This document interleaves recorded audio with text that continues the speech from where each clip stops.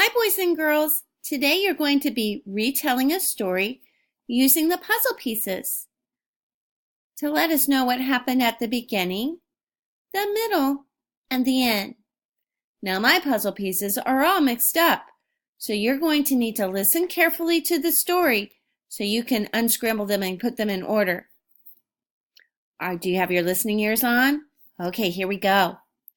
Joe works at the zoo. His job is to take care of the animals. Joe always feeds the monkeys first thing. Next, he heads to the elephants to give them a treat. Joe's last jobs are to feed the giraffes and then the hippos before going home. Use the puzzle pieces to retell the story and let me know what happened at the beginning, the middle, and the end. If you need to listen to the story again, you can replay it.